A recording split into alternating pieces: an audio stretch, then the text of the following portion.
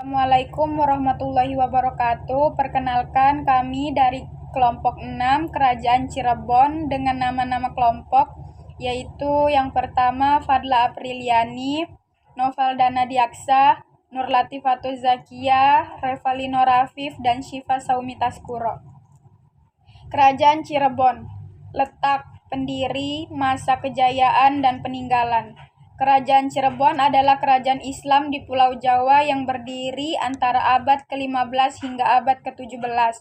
Pada masanya, kerajaan ini pernah menjadi pangkalan penting dalam jalur perdagangan dan pelayaran.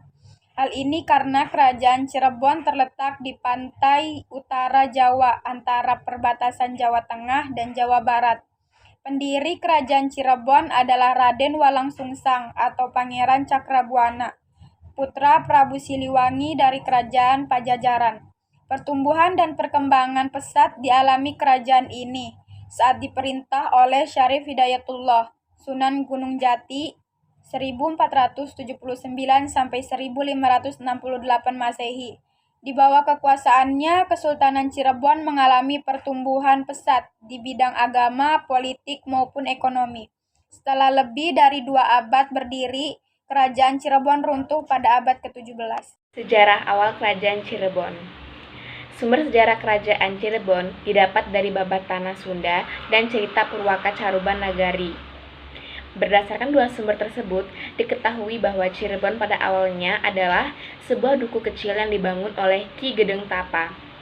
Dengan dukungan pelabuhan yang ramai, wilayahnya pun berkembang menjadi kota besar di pesisir utara Jawa.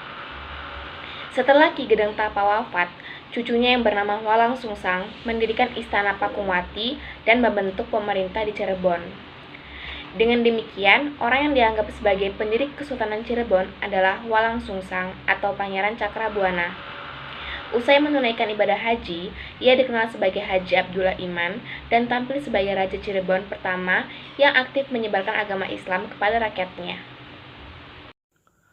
Perkembangan agama Islam dan masa keemasan Kerajaan Cirebon.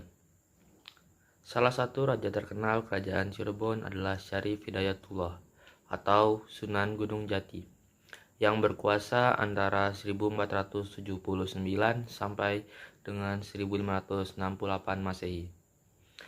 Selain memajukan kerajaan, Syarif Hidayatullah berperan besar dalam penyebaran agama Islam di Cirebon. Pada masa pemerintahannya, ia banyak menaklukkan daerah di Pulau Jawa untuk kepentingan politik dan menyebarkan ajaran Islam. Beberapa wilayah yang berhasil dikuasai adalah Banten, Sunda Kelapa, dan Raja Galuh. Sementara di bidang perekonomian, Sunan Gunung Jati menitikberatkan pada perdagangan dengan berbagai bangsa, seperti Campa, Malaka, India, Cina, dan Arab. Sunan Gunung Jati kemudian diyakini sebagai pendiri dinasti raja-raja, Kesultanan Cirebon, dan Kesultanan Banten, serta penyebar agama Islam di Jawa Barat. Keruntuhan Kerajaan Cirebon. Runtuhnya Kerajaan Cirebon dimulai pada 1666 pada masa pemerintahan Panembahan Ratu II atau Pangeran Rasmi.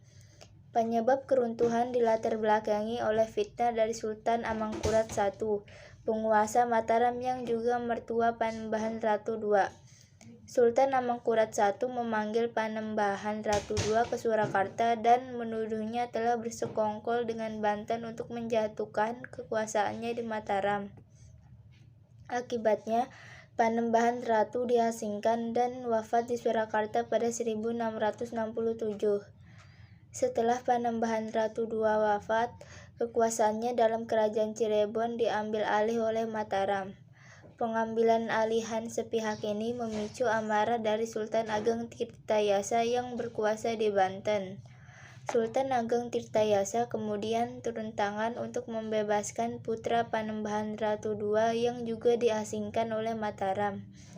Setelah itu, Kesultanan Cirebon terpecah menjadi 3, yang masing-masing berkuasa dan menurunkan para sultan berikutnya, Pecahnya kesultanan juga menandai runtuhnya kerajaan Cirebon, karena keadaan semakin diperkeruh dengan politik adu domba VOC.